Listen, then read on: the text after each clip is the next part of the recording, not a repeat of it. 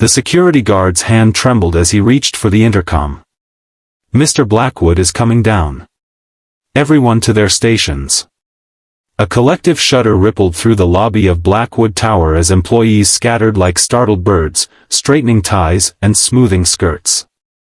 All except one man, Ray Mendoza, who continued methodically mopping the marble floor, his weathered hands gripping the handle with quiet determination.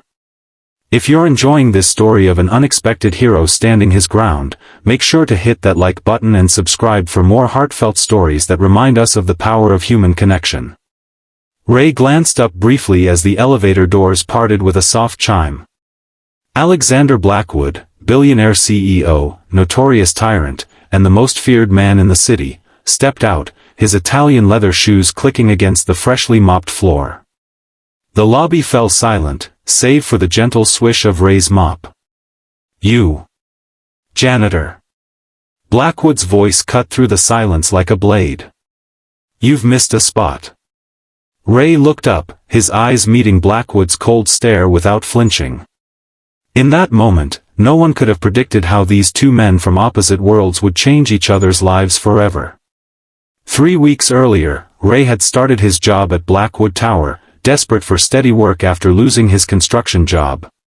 At 42, with graying temples and calloused hands, he wasn't what the sleek corporate building typically hired. But the night shift paid well enough to support his 8-year-old daughter, Lucia, after his wife's death from cancer had left them drowning in medical debt. "Dad, why do you have to work at night now?" Lucia had asked that first evening, her small face pinched with worry as he tucked her into bed at their neighbor Mrs. Gonzalez's apartment. "It's just for a while, Mija," Ray had promised, smoothing her dark curls. "Until we get back on our feet. Mrs. Gonzalez will be right here, and I'll be home before you wake up for school." What Ray didn't tell her was how the daycare bills were piling up, how the rent was 3 weeks overdue, or how the refrigerator held barely enough food for the week. He didn't mention the college fund he'd emptied for her mother's treatments or the second job he was applying for to make ends meet. Alexander Blackwood had his own problems, though few would believe it. At 38, he had amassed a fortune that placed him among the 50 wealthiest people in America. Blackwood Industries dominated the tech sector, and his ruthless business tactics were legendary. What the public didn't see were the sleepless nights, the panic attacks that left him gasping for breath in his penthouse office, or the growing emptiness that success couldn't fill. "The Peterson deal needs to close by Friday," he barked at his assistant as he strode through the lobby that first morning, not even noticing Ray. "And tell HR to fire whoever approved that press release. It was garbage." Behind his back, employees called him the machine, not just for his efficiency, but for his apparent lack of human emotion. The truth was more complicated. After his parents' deaths in a plane crash when he was 23, Alexander had inherited a struggling company and transformed it through sheer force of will. He'd built walls around himself so high that even he couldn't remember how to scale them anymore. Their worlds collided on a rainy Tuesday night when Ray found Alexander slumped in his office, clutching his chest. "Mr. Blackwood?" Ray had entered to empty the trash when he spotted the CEO's ashen face. "Sir, are you all right?" "Get out," Alexander gasped, but Ray recognized the signs immediately. His brother-in-law had suffered similar attacks.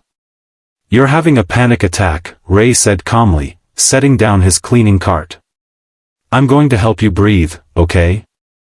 Before Alexander could protest, Ray was kneeling beside him, his voice steady as he guided the billionaire through breathing exercises.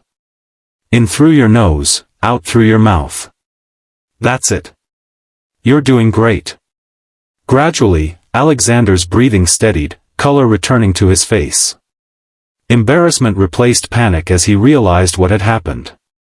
"If you tell anyone about this, I'm here to clean floors, not spread gossip," Ray said simply, rising to his feet. "My daughter gets these too, since her mom passed. Nothing to be ashamed of." Something in Ray's matter-of-fact kindness broke through Alexander's defenses. "How old is your daughter?" he asked, surprising himself. 8. Smart as a whip. Wants to be a scientist someday. Pride softened Ray's features as he returned to his cart.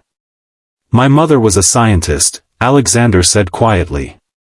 Neurochemistry. Ray nodded, resuming his work without pressing further. That brief exchange, so insignificant it seemed, planted a seed that would grow in unexpected ways. Over the following weeks, Ray became a fixture in the building's night rhythm. Employees who stayed late noticed how he remembered their names, asked about their families, left encouraging notes with the coffee supplies for the morning crew. Small kindnesses that cost nothing but meant everything in the cold corporate environment. Alexander noticed too. He found himself staying later, ostensibly to work, but increasingly aware of the janitor's presence. One night, he emerged from his office to find Ray helping a young intern who had fallen asleep at her desk, gently waking her and offering to walk her to her car. You don't have to do that, Alexander said, startling them both. With all due respect, sir, it's midnight and the parking garage isn't well lit, Ray replied. My daughter would want someone looking out for her if she were working late. The intern, Jessica from marketing, Alexander suddenly remembered, looked between them nervously. I'll have security upgrade the lighting tomorrow, Alexander said. And Jessica, take a cab home. The company will cover it. The look of surprise on both their faces made Alexander uncomfortable. Was basic decency so unexpected from him? The following night, Ray found a new children's science encyclopedia on his cleaning cart with a simple note, for your daughter. A.B. Ray's throat tightened as he ran his fingers over the glossy cover. Lucia had been begging for this exact book after seeing it at the school library. He'd been saving for it, but the washing machine had broken last week, eating up the extra money. When Alexander arrived the next morning, he found a handwritten note on his desk. She hasn't put it down since I gave it to her. Thank you for your kindness. Ray. Beside it sat a small, carefully wrapped package. Inside was a homemade empanada and a child's drawing of a man in a suit standing beside a smiling girl with a book. To Mr. Blackwood from Lucia was written in careful, childish script. Alexander stared at the drawing, something shifting in his chest. When was the last time anyone had given him a gift without wanting something in return? The company's annual charity gala arrived, a lavish affair where Blackwood Industries showcased its philanthropic efforts, carefully calculated for maximum tax benefits and PR value. Alexander moved through the crowd mechanically, shaking hands and making empty small talk with investors and politicians. From across the ballroom, he spotted Ray in a catering uniform, serving champagne with the same quiet dignity he brought to mopping floors. I didn't know you worked for the catering company too, Alexander said when Ray approached with a tray. Saturday nights and special events, Ray explained. Lucia's school is planning a science trip to the observatory. It costs extra. Alexander nodded, suddenly aware of the obscene excess surrounding them, crystal chandeliers, ice sculptures, gourmet food that would largely go to waste. The charity they were supposedly celebrating tonight had received a carefully calculated donation that represented less than what Alexander spent on his watch collection. Dad. A small voice cut through the murmur of conversation. A girl in a slightly too large dress darted between guests, her face panicked. Dad, Mrs. Gonzalez had to leave, her son got hurt, and she brought me here to find you. Ray set down his tray immediately, kneeling to meet his daughter's eyes. It's okay, Mija. Is Miguel all right? He fell off his bike. She said to tell you she's sorry, but she had to take him to the hospital. Alexander watched the interaction, noting how Ray's focus narrowed entirely to his daughter despite the high-pressure environment. The catering manager approached, his expression stormy. Mendoza, no children allowed. You know the rules. I'm sorry, sir. It's an emergency. My sitter had to leave. Not my problem. Either she goes or you do. We're short-staffed as it is. Alexander stepped forward before he could stop himself. The child stays. The manager turned, recognition dawning on his face. "Mr. Blackwood, I apologize for the disruption." "She's my guest," Alexander continued, surprising himself as much as everyone else. "Ray, why don't you introduce me properly to your daughter? I believe we've only met through artwork." Lucia's eyes widened as she looked up at Alexander. "You're the man who sent me the science book. Dad said you own this whole building." "I do," Alexander said, finding himself smiling genuinely for the first time in weeks. "And I hear you want to be a scientist." "A neurochemist," she said proudly. "Like your mom was." Alexander felt as though the air had been knocked from his lungs. Ray had remembered that small detail from their conversation and shared it with his daughter. The rest of the evening transformed as Alexander found himself sitting at a quiet table with Lucia, answering her endless questions about his mother's work while Ray continued his shift.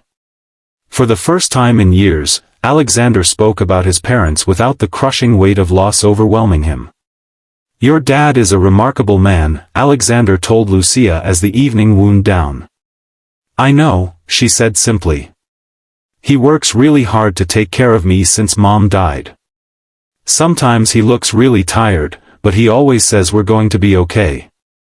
The next morning, Alexander called an emergency board meeting. The board members shifted uncomfortably as he outlined his new proposal, a comprehensive employee benefits package including childcare subsidies, educational assistance, and flexible scheduling for parents. "This will cut into our profit margins," the CFO protested.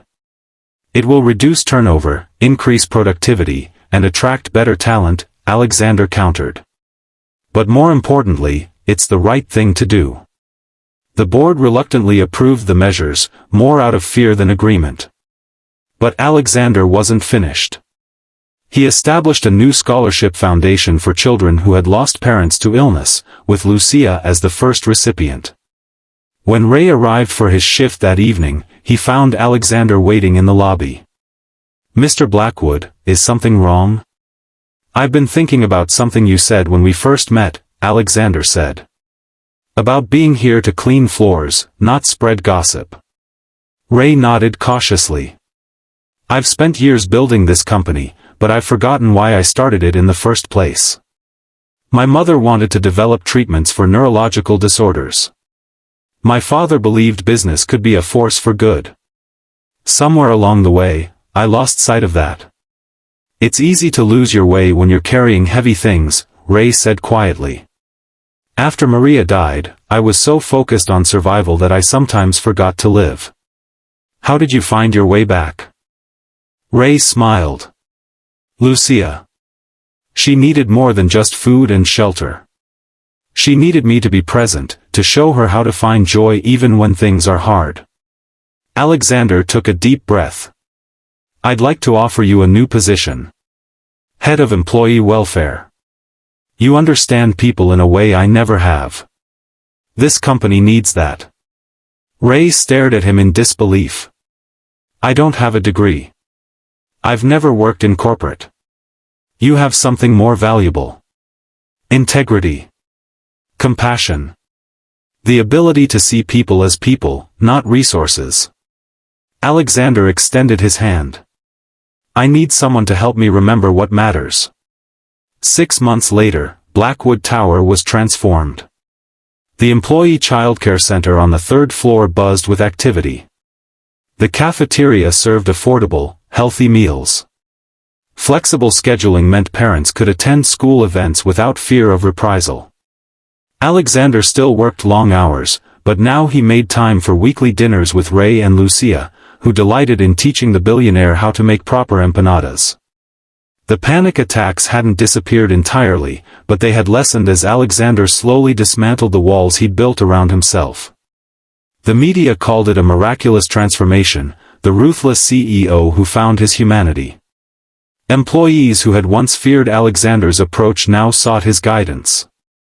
The company's productivity soared, along with employee retention and satisfaction. "You know what the best part is?" Ray asked one evening as they watched Lucia present her science project to a group of wide-eyed kindergartners in the company's new community outreach program. What's that? Alexander asked. She doesn't want to be a neurochemist anymore, Ray said with a laugh. Now she wants to be a CEO like you. But a nice one from the beginning, she says. Alexander felt his throat tighten. I think she'll be better at it than I ever was. Don't sell yourself short, Ray said. You were always capable of this. You just needed someone to remind you. As they stood side by side, the billionaire and the janitor who had become his closest friend, Alexander realized that Ray had given him something no amount of money could buy, the courage to be vulnerable, to care openly, to lead with compassion rather than fear. And in return, Alexander had offered Ray what he needed most, not charity, but dignity. The chance to build a secure future for his daughter without sacrificing his principles or his presence in her life. The security guard's voice came over the intercom, interrupting Alexander's thoughts. Mr. Blackwood, your 3 o'clock is here.